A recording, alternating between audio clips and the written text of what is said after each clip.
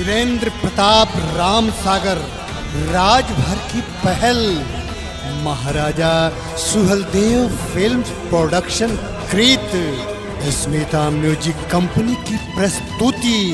जी हाँ दोस्तों, निरहुर राजभर क्रांतिकारी और राजभर का बदला लूंगी सिंदूर की कसम के भारी सफलता के बाद भोजपुरी बिरहा एल्बम जय निषाद राज एकता वीरेंद्र प्रताप राजभर, कार्यकारी निर्माता धर्मेंद्र राजभर एडवोकेट, मीडिया प्रभारी चंद्रशेखर गुप्ता व सूबेदार राजभर, विशेष सहयोग श्रीमती कविता राजभर, अध्यापिका, ग्राम परशुरामपुर, पोस्ट दौड़ी मड़ियाहू, जौनपुर, उत्तर प्रदेश। एल्बम का नाम भोजपुरी बिरहा एल्बम जय निषाद राज एकता।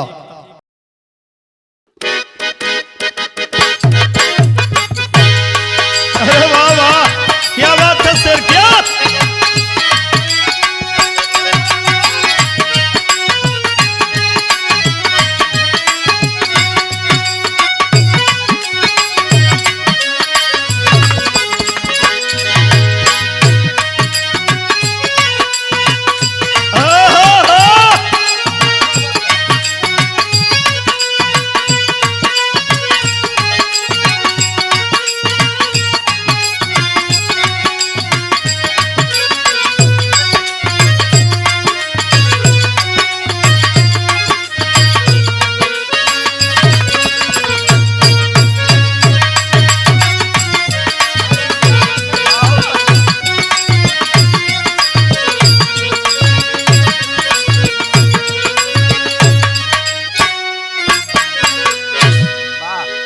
भैया, जो गीत मैं गाने जा रहा हूं जय निषाद राज एकता, ये गीत के अहम भूमिका निभाने वाले माननीय डॉक्टर बलराम बिंद, संपादक मीडिया पथ, ये जो गीत मैं गाने जा रहा हूं इसके आप लेखक हैं, किताब के लेखक हैं।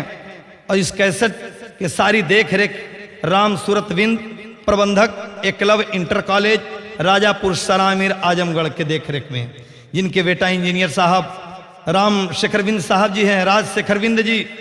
और इनका एक कहना है कि निषाद, केवट, कहार, नुनिया, लोध सारे एक संस्कृत के हैं और इन्हें संगठित करने के लिए माननीय पूर्व मुख्यमंत्री कल्याण सिंह, दारा सिंह चौहान, अवधेश राजभर नागवंशी, राम सूरत बिंद साहब, आप लोगों के प्रेरणा से एक कैसेट हमारी आप लोगों के बीच में जा रही है।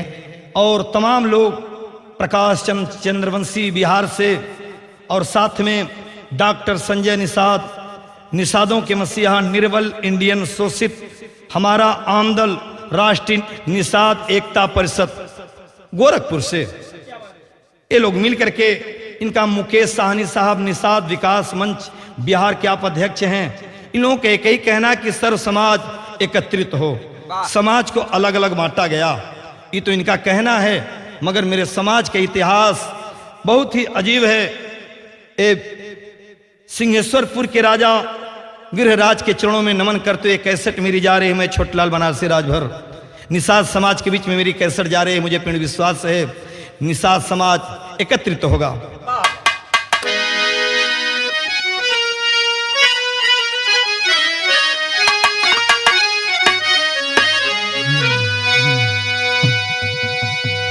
अरे विस्मृत न होगी कभी याद उनकी, गाथा पुराणों में जिनकी गवाती, वैभव भरी भंगिया यावरू की, इतिहास से रखती सजा करके थाती।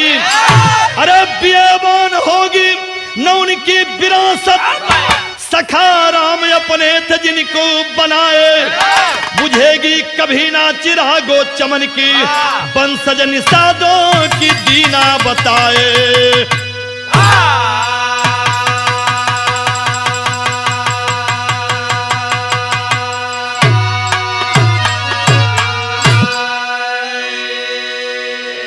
ए समाज निषाद वंश कई भागों में लोगों ने बांट दिया, इनके साथ अत्याचार हुआ।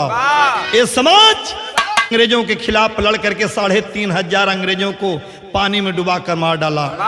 अंग्रेजों ने क्रिमिनल एक्ट की धारा लगाया। ये समाज है। कवि जी भाव लिखे, क्या लिखे?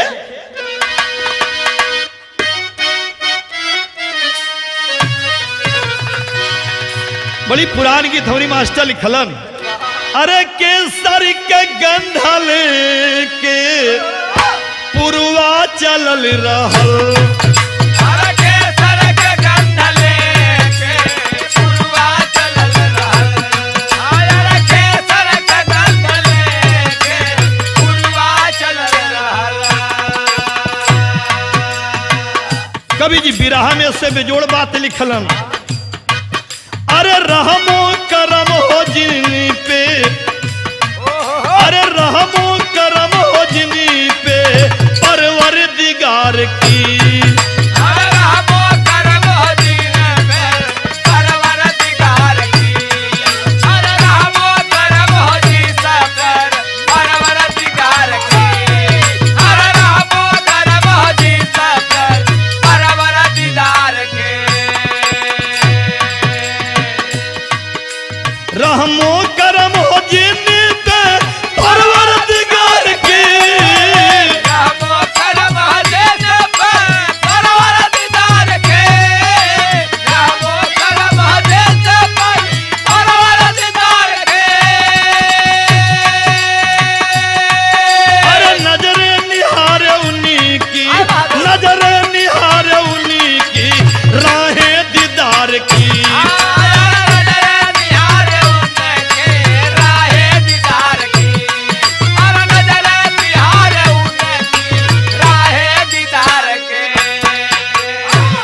रहमो करम हो जिन पे परवरदिगार की, राहें निहारे उनकी रहमो दीदार की। ये निषाद जात बहुत ही स्वच्छ और पवित्र मानी जाती है। कैसे मानी जाती है? हारमोनिया संगत मास्टर।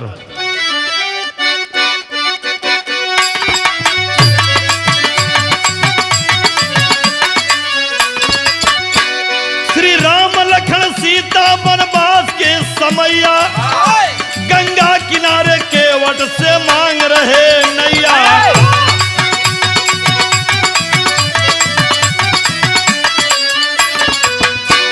उस पार हमें जाना है अर्ज लगाए, निषाद राज नाव लेके सामने आए।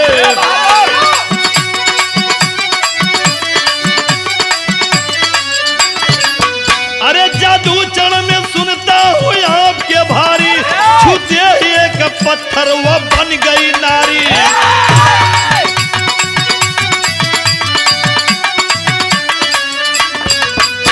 पग धो के गंगा जल के नैया पे बिठाया, कुल को पवित्र करके उस पार लगाया।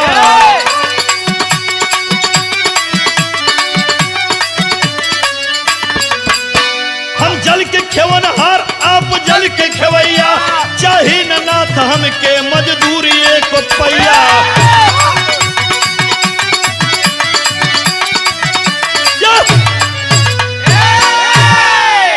मर्यादा पुरुषोत्तम राम मां जानकी लखन के साथ वनवास की तरफ चले। वन आगमन के चले, बीच रास्ते में ना उस पार है, केवट को बुलाए, केवट मुझे उस पार जाना है। केवट पहचानता था, कहा कि प्रभु आपके चरण में वो जादू है कि आपने पत्थर को छू दिया, नारी बन गई। मेरी काठ की नाव प्रभु, अगर नारी बन जाई तो एक नारी घरे खैले बिना मरत हम कहाँ पाए। भगवान हंसा लगल, कहला कि ना ऐसी बात नहीं। कहला कि ना प्रभु, आप दुनिया के खेरे में जल को खे रहा हूँ। मेरा एक ही काम है कि आपका चरण पखारूंगा, वही जल अपने नाव पे डालूंगा। अगर मेरी नाव बच गई तब तो पार लगा दूंगा। भगवान हंसे, चरण पखाड़ा, पखाड़े भगवान आशीर्वाद दिए कि जाओ, आज से तुम मेरे मित्र हो, तुम्हारा पूरा खानदान जब तक ये धरती सूरज चांद रहेगा इन निषादों का नाम रहेगा। लेकिन ये जैसे हमारे कहानी की शुरुआत, ये कहानी कहवा के निषाद वंश से राम सूरत बिंद जी इसलिए कैसेट बनवाए हैं, बलराम बिंद जी के कहानी के ऊपर की निषादों की एक राजधानी बसी इनके नाम पे।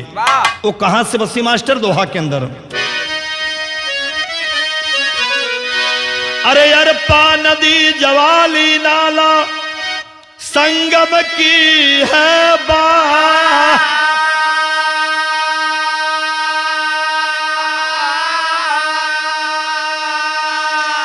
अरे डेरा वही बना के अनुपमी बस गए केवट जात।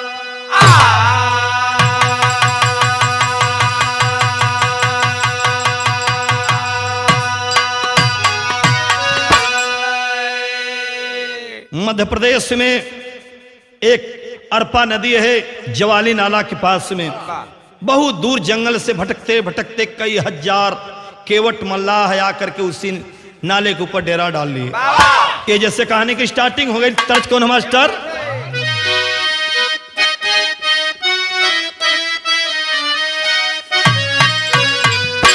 वह तर्ज हो हमारा पैजे राजा ही राजा राजा।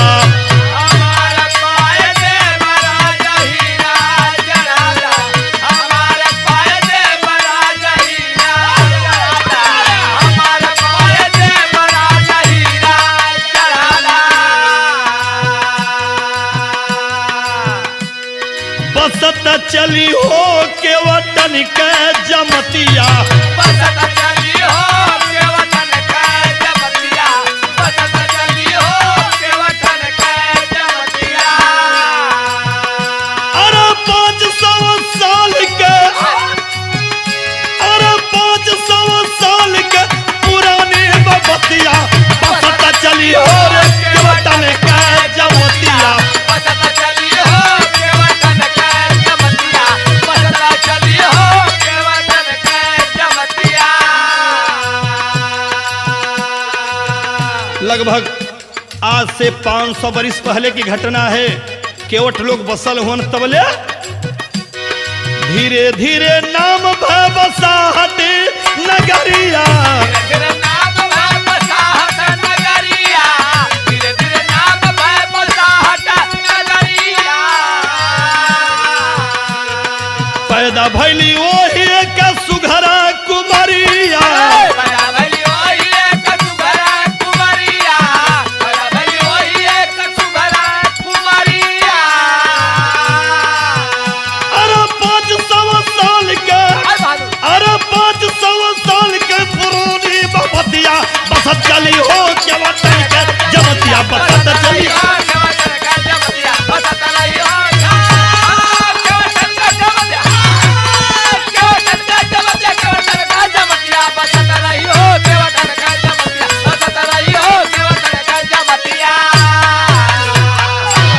ए भैया, वही केवटन के बीच में एक लड़की बड़ी होनहार पैदा हुई। जैसे लक्ष्मी पैदा हो गई पूरे केवटन में खुशहाली आ गई।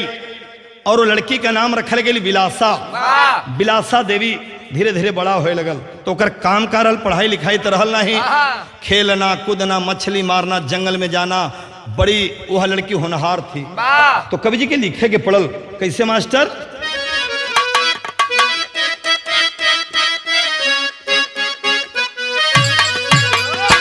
यह तर्जबा आंगन में फूला फूला गेनवा ये ननदो बाजेला बधाइया दुआर।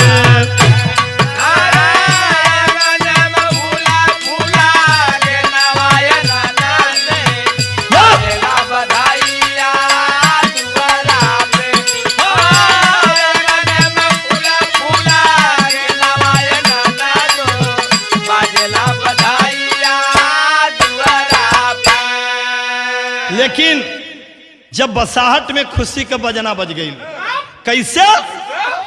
अरे बाजला बसाहट में खा जरिया ये बबुआ। अरे बाजला बसाहट में खा जरिया रे बबुआ। उगलिया जोरिया वही बसती में।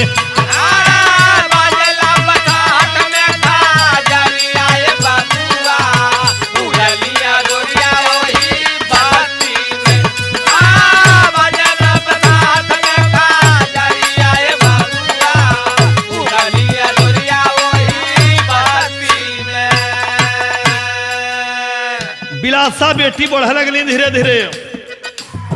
दिन दिन बढ़े लागल घर में भवनिया,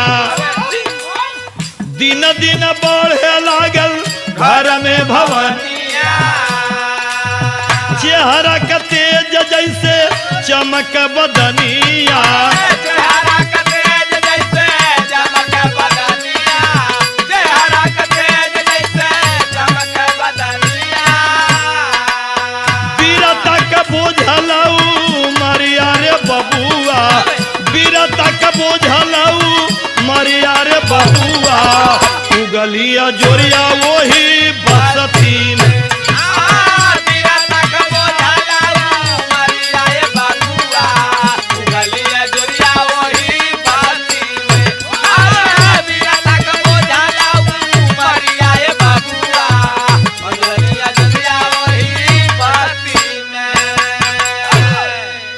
साल की उम्र में लड़की चाहे तेगा हो चाहे भाला हो तलवार हो निपुण हो गई। कभी जंगल में अकेले ही शिकार करने चल जाती, कभी मछली पकड़ने चली जाती, एकदम निडर निर्भीक वाला थी। तो कवि जी के भाव टेरी में लिखा के पड़ल, बिलासा निषादों की देवी की तरह थी। तो भाव टेरी का भाव, ए बाबू अंधेरे में उजाला हो गया, अरे बिहासा वसुंधरा पा गोद में अनुपम बाला, नाम बिलासा बालिका, नाम बिलासा वीर बालिका, लोक नायिका बनी उदास, बस्ती की बन गई दुलारी, करती ने एक सदा व्यवहार, अरे कभी शिकार को वन में जाती, अरे कभी पकड़ के मछली माँ, अरे एक दिन डूब रही थी जल में, एक दिन डूब रही थी जलन, बचा लिया बंसी उस बारी, अरे बचा लिया बंसी उस बारी, अरे बचा लिया, बचा लिया बंसी, बचा लिया बंसी उस बारी, अरे बचा लिया बंसी, बचा लिया बंसी उस बारी। धीरे धीरे बिलासा 18 से ऊपर उम्र पार कर गई। निडर लड़की एक दो रोज पानी में मछली मारने के लिए कूदी, तरखा मारा, वो डूबने लगी। वही बस्ती का रहने वाला होनहार नौजवान 25 साल का, वो भी बहुत ही लड़ाकू था नौजवान।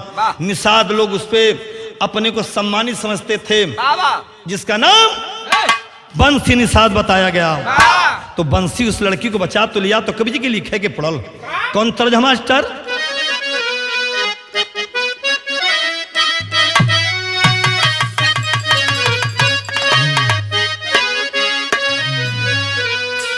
इहो मलाही गीत हो, अरे तुहके चढ़ई मैया, अरोहुआ मछरिया हो कि बोझल नैया पारावा लगाई हो कि गंगा जी,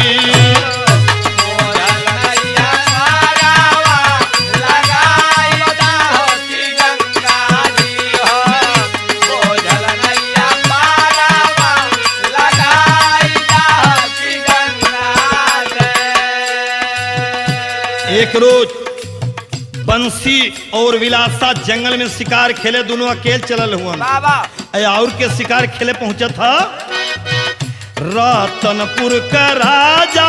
एक दिन कई के तैयारिया हो कि जंगल बीचे, करल शिकरवा बनसी कारिया हो कि जंगल बीचे,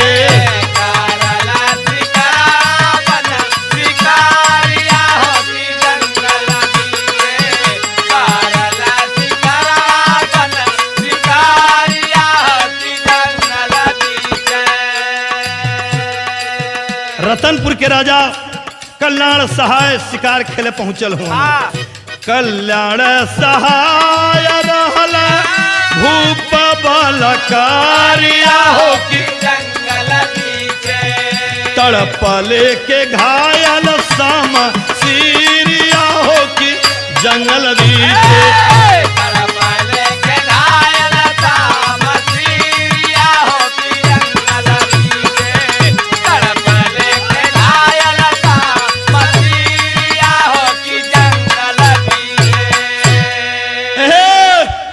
कल्याण सहाय राजा शिकार खेलत हवन। यही शिकार एक सुअर पे साधे, दूसरे तरफ से सुअर के झुंड हमला कर दिलस। छत बिछत जहां के लोग भगलन, राजा के प्राण जैसे जाए वाला सुअर जो ही हमला कैलस। जंगल में शिकार खेले बदे बंसी और विलासा मल्लाहिन भी आयल हैं।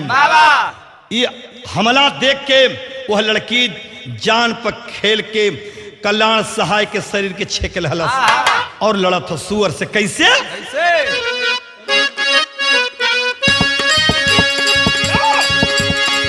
यह दर्द हो।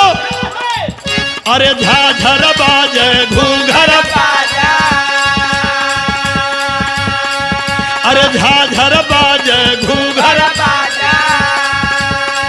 अब और बजाय कर तार। अरे 900 जोगी मंगल, अरे 900 जोगी मंगल गाँव नाचे बिरतिया मार हो।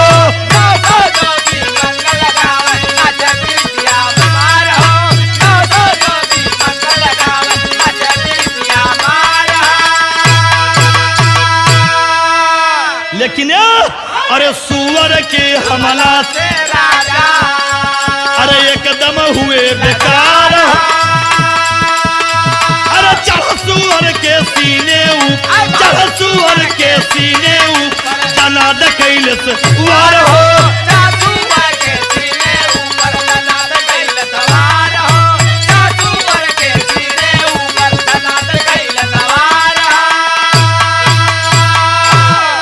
यही सुअर पंजा मारती है, दोनों पंजा पकड़ लेती है विलासा।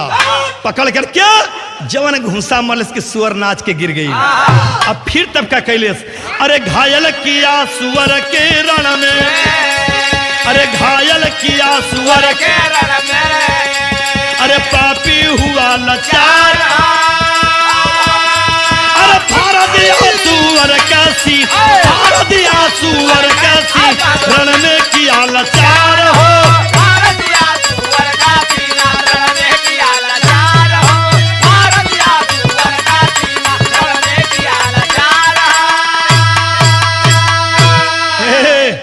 सुअर का सीना फाड़ दहलस। अब फाड़ के कल्याण सहाय राजा के बचा लहलस। खून से लथपथ न तो पता ना बा कि जान हो कि ना। लड़की अकेल पीठ पर लदलस और अपने बस्ती की तरफ चलल। कवि जी के लिखे के पढ़े कौन तर्ज हमारा स्टार।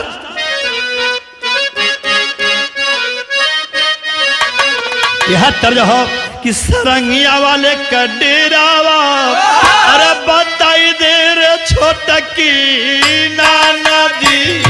सरंगिया वाले का डेरावा, बताई दे रे छोटकी नाना दी। सरंगिया वाले का डेरावा, बताई दे रे छोटकी नाना दे। अरे पहुंचल बिलासा बनवा, अरे नया नवा निरखली रानिया।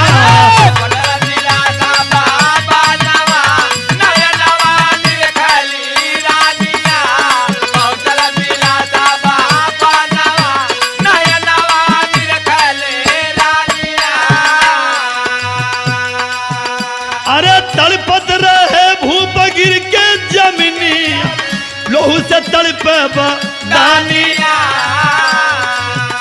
अरे व्याकुल विलासा के मानवा, अरे नया नवा निरखली रानी।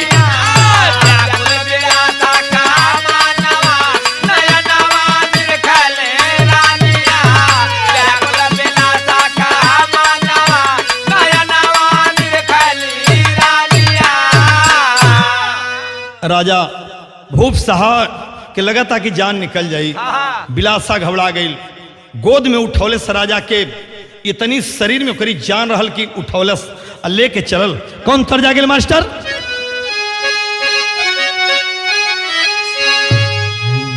अरे साच बतिया कह गई, के पुरनिया उड़ा ले मौज बबुनी, अरे जबले बाजवनिया उड़ा ले मौज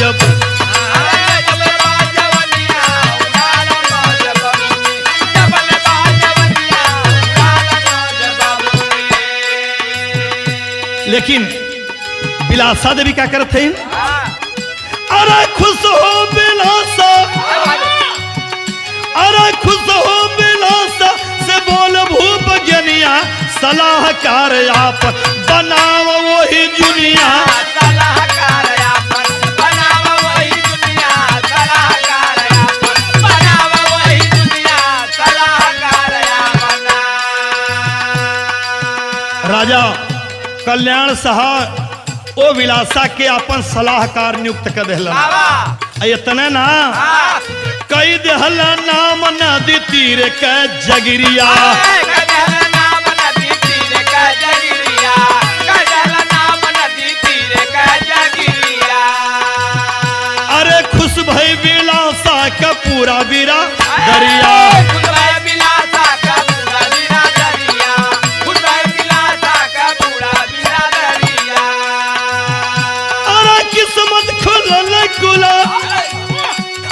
किस्मत खुलल निसादन के गिनिया, सलाहकार आप बनाओ वही दुनिया, सलाहकार आपन बनाओ वही दुनिया, सलाहकार आपन बनाओ वही दुनिया, सलाहकार आपन बनाओ आपन बनाओ वही दुनिया, बनाओ वही दुनिया, सलाहकार आपन बनाओ वही दुनिया, सलाहकार आपन बनाओ वही दुनिया, सलाहकार आपन। अपना सलाहकार नियुक्त कर देते हैं। नियुक्त करके जितना भी वहां रहल वो सब जागीर निषादों के नाम से कर दिए। जो ही विलासा लेकर के पत्र आती है, पूरे निषादों में खुशी की लहर दौड़ गई। तो कवि जी पहपट के अंदर भाव लिखे, एक घटना और घटी। राजा फिर दोबारा अपनी पत्नी के साथ जंगल में चले अपने राज का निरीक्षण करने के लिए। फिर कौन घटना घटी, पहपट हो।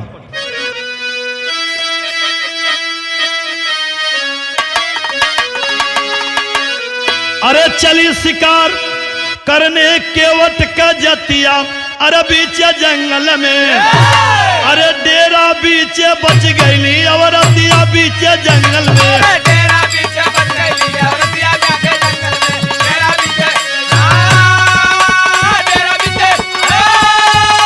डेरा बीच बच गई और रतिया जाके जंगल में, जंगल बीच जंगल में, रतिया बीच बच गई और रतिया बीच जंगल में, जंगल बीच बच गई और रतिया जाके जंगल में। अरे सुअर जंगली हमला बोला, डेरा बीच में आई हो, बिरांगना बिलेसा तुरत, अरे पंजालिया मिलाई हो, अरे हटी न पीछे सन्मुख देख मऊतिया बीच जंगल में, अरे चढ़ के सीने फाड़ दहली छतिया बीच जंगल में।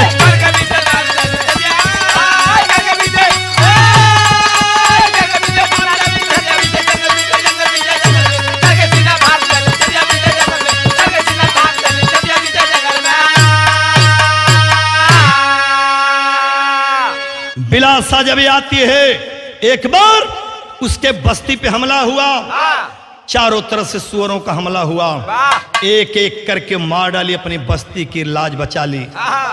जैसे देवी के रूप में वह के लड़की चमचमाती हुई तेगा तलवार लेकर के सुअरों को मार डाली।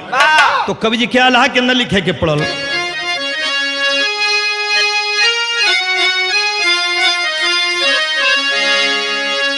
अरे बंसी और बिलासा के चमकल बिरतैया, और जोड़वा गजब का बनाए कराता,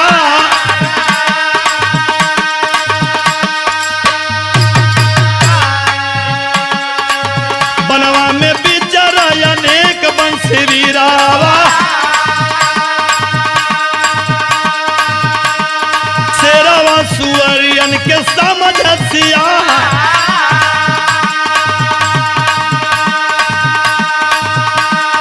कल्याण सहा राजा कर के शिकारा,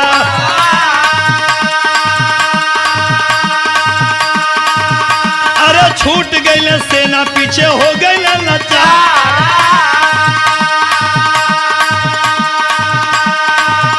अरे देखा एक जब कैल हमाला अरे धोखावा से कई दहल पीछावा से अरे घायल हो राजा गिरी गई जमीनी अरे देख बंसी मानवा में कारला बिचा अरे गोदिया उठाए लेके अइले डेरावा अरे करली बिलासा खुश हो के उपचा अरे ठीक हो के राजा जब बिलासा के समाना अरे बंसी के लेके अइले अपने दरबार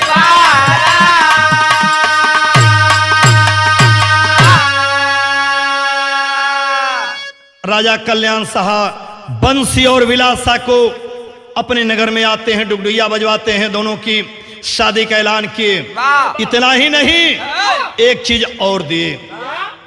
भाला में 1 नंबर पे वहां पे बंसी था और तेगा में विलासा, तो दोनों को संयुक्त पदक दिया गया। और राजा कल्याण साहब के नाम से कैलन का अंतिम लाइन में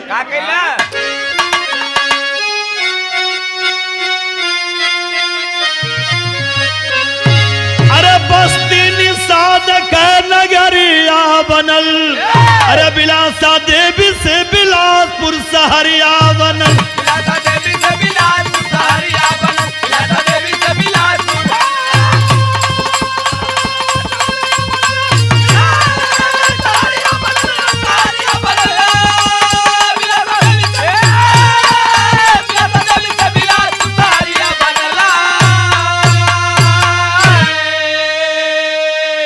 वही निषादों की एक बस्ती बनी जिसे आज बिलासपुर कहा जाता है।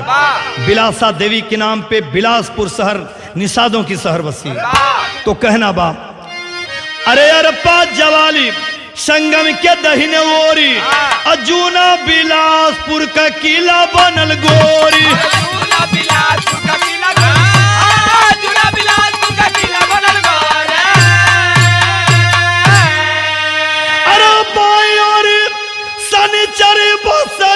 बसल अरे बिलासपुर से बिलासपुर सहरिया बसल।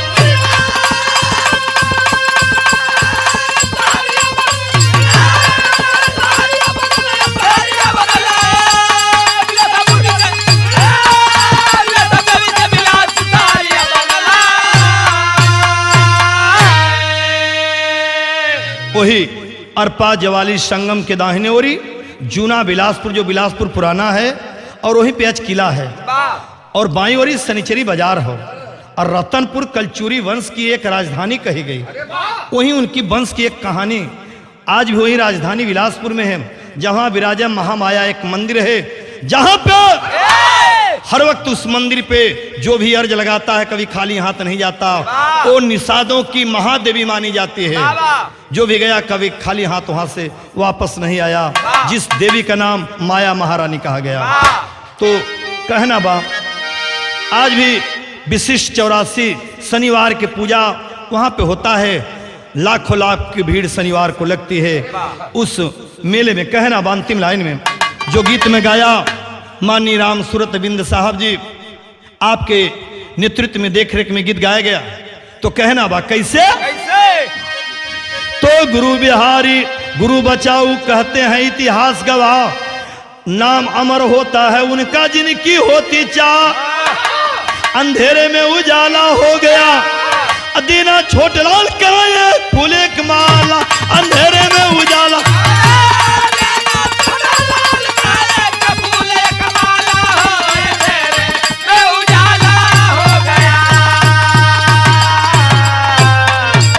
गानों को कॉलर ट्यून बनाने के लिए संपर्क करें इस नंबर पर 9763450407।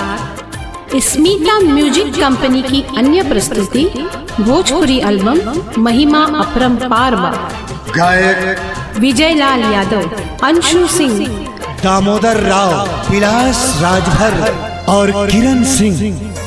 हम तोहरी शरण में अइली, सिर तोहरी चरण में झुकैली।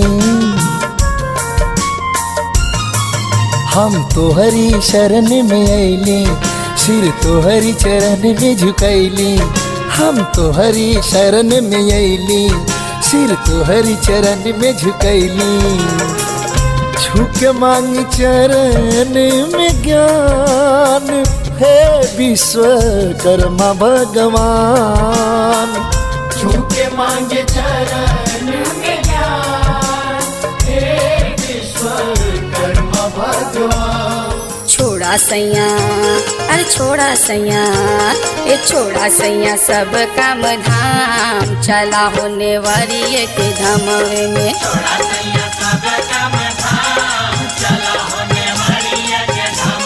नेवड़िए के धामवे में, नेवड़िए के धामवे, नेवड़िए के धामवे में।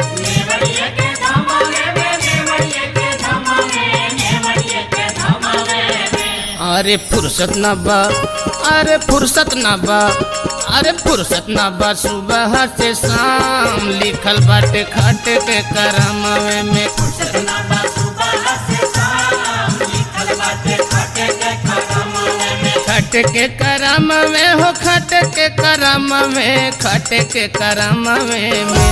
धन्य बाड़ माई तो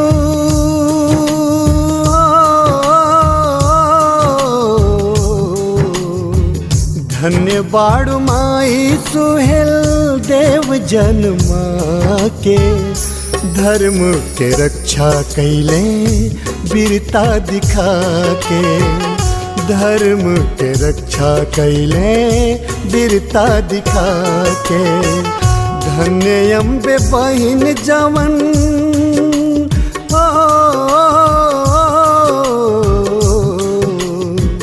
धन्य अम्बे बहिन जवन रखिया के बंधलिन। राष्ट्रवीर सोहेल देव भैया के पाके। राष्ट्रवीर सोहेल देव भैया के पाके।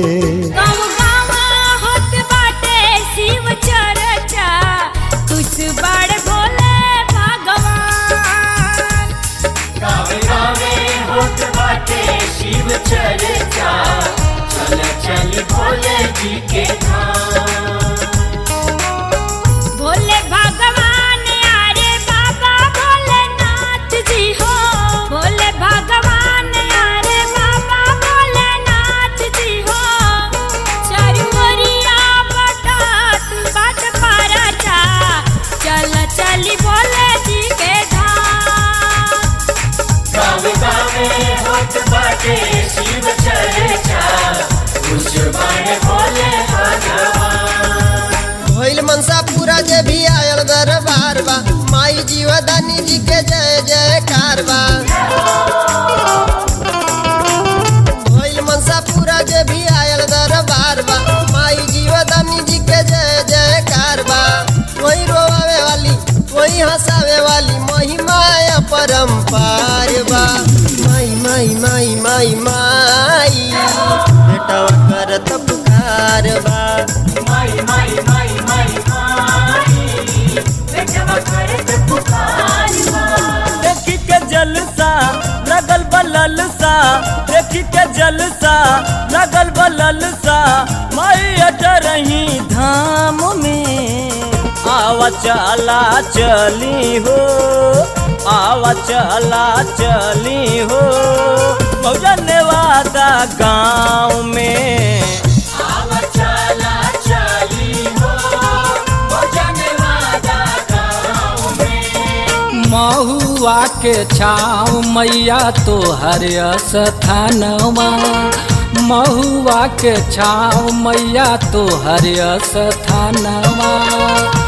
अम्मावा के सती माई, अम्मावा के सती माई कर कल्याणमा।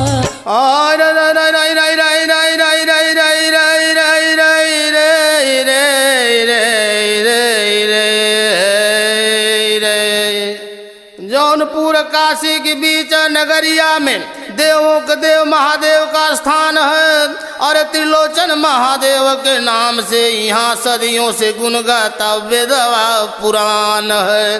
हाय रे रे रे रे रे रे रे हाय रे। जी हाँ दोस्तों, फिल्म एल्बम सीरियल में प्रवेश के लिए तथा एल्बम बनाने एवं रिलीज करने के लिए संपर्क करें महाराजा सुहेलदेव फिल्म प्रोडक्शन एवं स्मिता म्यूजिक कंपनी, ग्राम परशुरामपुर, पोस्ट दौड़ी, तहसील मड़ियाहू, जिला जौनपुर, उत्तर प्रदेश। Mobile number 9648770280।